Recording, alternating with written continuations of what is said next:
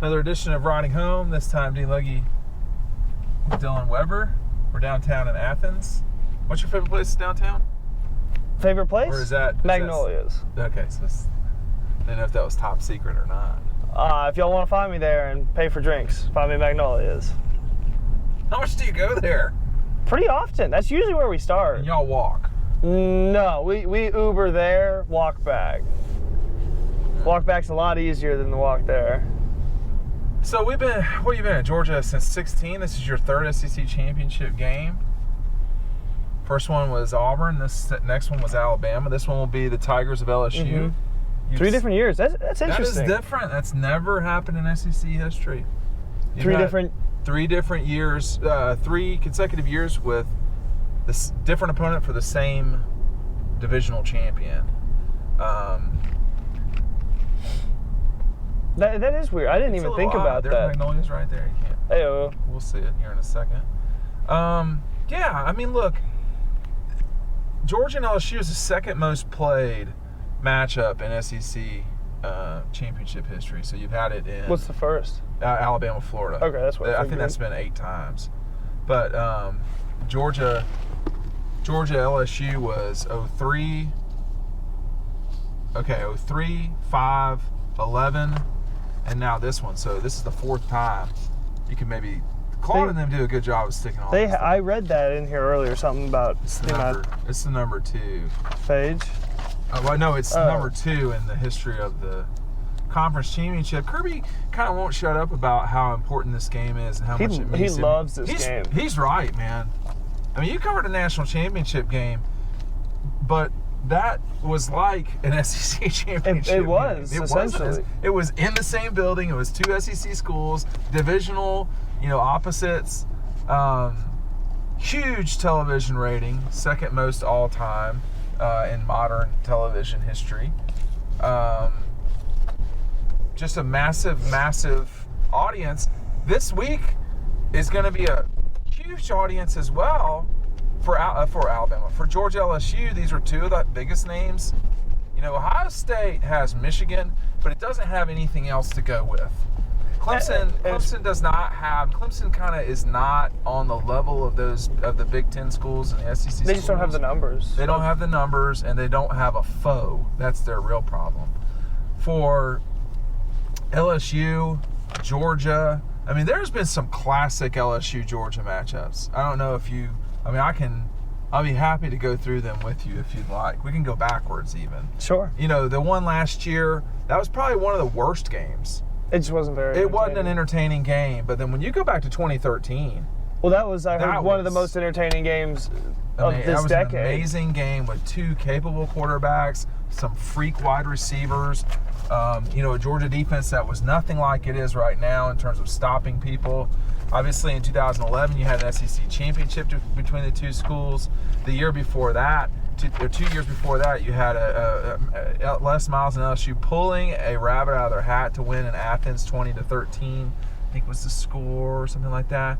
On a total bullshit call against AJ Green for celebration. I couldn't believe that when I saw it. And then the year before that, the Georgia blowout, 52-30-something over LSU in Baton Rouge. That was in 8. So you had the 5 championship game, which was a pretty big deal win for Georgia. DJ Shockley, Mark Richt. The season before that, Georgia just trashes Nick Saban and LSU. I was about to get through a one-way street downtown Athens too. That was a huge win for Georgia in 2004, blowout win over LSU. And then LSU and Georgia playing twice in 2003, the blowout win for LSU in the championship game, a huge, tight game between Mark Richt and Nick Saban, 2 coaches that played one another a lot for a while at Alabama, LSU, and Georgia.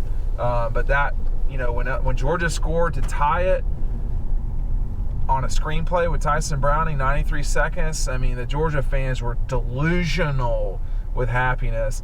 And then, only seconds later, I think it was Skylar Thornton getting a pass from Matt Mock or someone from LSU can fix me on that. But you also had some great ones in the 90s, quite frankly. 1997, Georgia winning 28-27 over LSU in Baton Rouge, a night game. I said 1997? Yeah. I meant 1998. That was Quincy Carter's coming out party. And then 1998, LSU and Georgia at noon, a Jefferson Pilot game.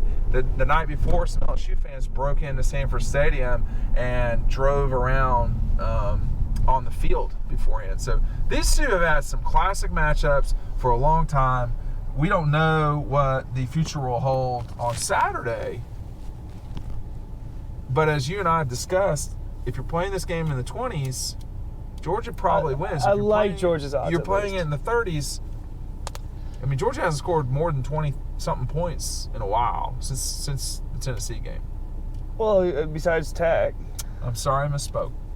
But they scored a lot against Tech. But I'm not going to confuse LSU's defense with Georgia Tech's. No, they have more players. I don't think they could just keep up. If it gets in the 30s, that's where it becomes just a scoring back and forth matchup between the two. Mm-hmm. And Alabama's style of play matches more with LSU, but Georgia does not. Georgia, if they want to win this game, it's not going to be through the offense. It's going to be because of the defense, which I think everyone knows. So I was talking with someone, I can't remember who it was today. I know it was yesterday, and they said, I said, it's just hard to believe that Auburn team was the one Georgia played, because they seem to have no problem. It was just out of nowhere. And then, but they couldn't do anything against Georgia. No, and if you only remember the fourth quarter, you're not remembering all of that game. Well, and also against LSU, the game didn't turn into that either. That was a little Auburn. Yeah, Auburn LSU. That's the question. So is this, as good as this LSU offense is anyone making the argument that they're not really, really good? Because I'm not. No one would. I don't think anyone would say that. And if you did, you would be wrong. How much do defenses matter? I mean, well, Kirby kind of was asked about that. I was going to say on Monday, Kirby says, "Hey, I don't know about defense. Still wins championships." So that maybe is what you said in the 70s and 90s. Yeah. I'm like going, okay, man. I think he just said you just have to play good football. Well, no shit. Like, yes, but yeah. How much? How much disruption can this Georgia team have? How much disruption is probably the wrong word. How much frustration can they cause? You're talking about, 30 players. What's the number? How many have tackles for loss for Georgia? How many total players? I think it's 31 players, something like that. Have a tackle for loss. It's more than 30. How is that possible? I mean, how are you rotate a bunch of guys? Yeah, they rotate so many guys on the defensive line. That's almost every scholarship defensive player. I mean, that's 3/4 of the defensive players. I would say probably they rotate, 8 guys on that defensive line? 8 or 9? I would assume that probably the only guys who don't rotate really are JR and Richard. Yeah. That's about it. And Richard LeCount's play has skyrocketed. Yeah, he does not do dumb shit anymore. He was a liability last year. He was a liability earlier this year. Just bad angles. Wouldn't wrap up. Always dove for tackles, and that works sometimes. But when it doesn't, especially as a safety, it works out horribly for you. But what happens if neither of these teams turn the ball over? What happens if this becomes a field position game? Which I think we know Georgia would love that. I think Georgia needs a turnover to win this game. I think if neither team, you don't think so? No, I think not necessarily. I mean, when you start taking away, turnovers can be insignificant. They can be, or they can be monumentally bad. Like last week, Georgia turned the ball over 3 times. It didn't matter, and they allowed a touchdown.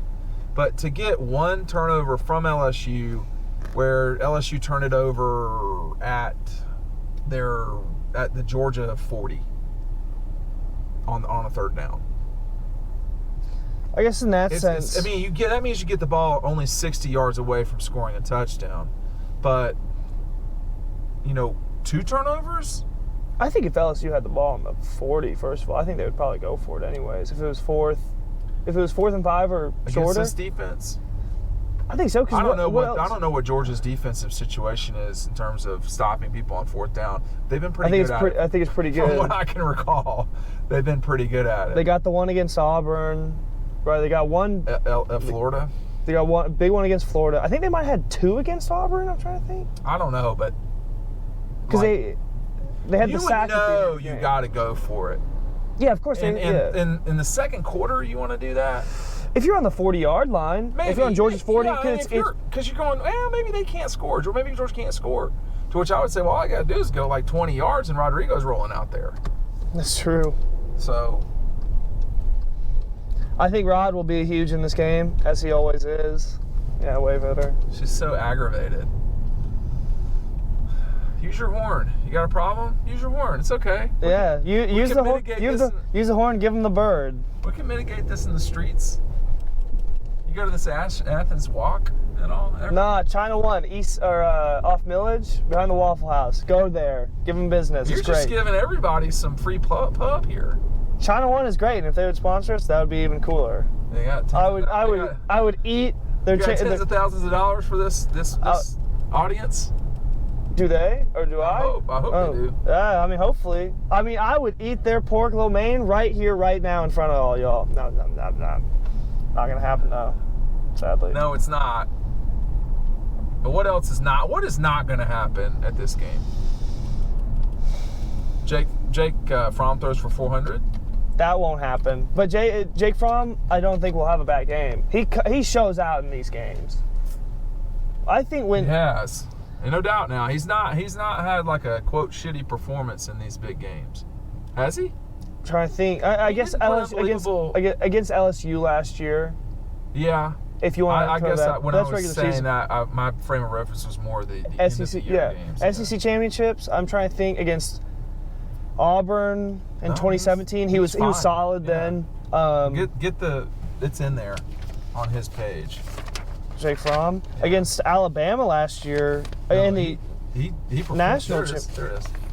He performed against Alabama. I know that. All right, let's see. In the SEC championship game, he had 22 attempts, 16 completions, 2 touchdowns, 183 yards. Against Oklahoma, 29 attempts, 20 completions, 2 touchdowns, 210 yards. National championship, it was 32 of 16, 1 touchdown, a great touchdown though. That was a phenomenal touchdown. They won it at that moment. 2 picks in that game though. No picks in the prior games. Against Alabama in the SEC championship game last year, 39 attempts. Yeah, but he threw for 25 completions. How many yards? 3 touchdowns. 301 yards. 300. And but see, the sweet spot for them and him is, fewer than 30 attempts, but 200 yards. Oh, that's... they don't want him throwing it for more than 200 yards. Dude, they're going to sit on this ball a lot. And I think then after that, we'll get into this in the next what we're hearing. If you're not going to dog post yet, we're going to have what we're hearing up soon, dogpost.com. But in the next riding home, we're going to talk about, I'm not so sure they don't have a few knuckleballs on Saturday, Georgia. I think they'll sit on it, and then they'll get rolling with tempo. He talked about tempo on Monday, and it's something he's real comfortable with. Especially against an LSU defense like this, I think that would be a good idea. All right, check us out tomorrow.